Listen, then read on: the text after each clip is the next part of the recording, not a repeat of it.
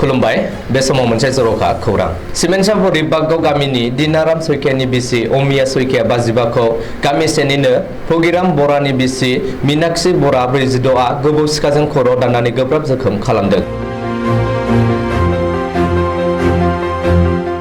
मिथिनो मोननाय बायदिब्ला बागगाव गामिनि तपन बरुवानि बोसोरारि सारादुआव ओंखाम जानाय थोरसि गिलासखौ बायह्रायाव गारनो थांनायाव उननिफ्राय खर'आव गोबौ सिखाजों दाननानै गोब्राब जखम खालामो।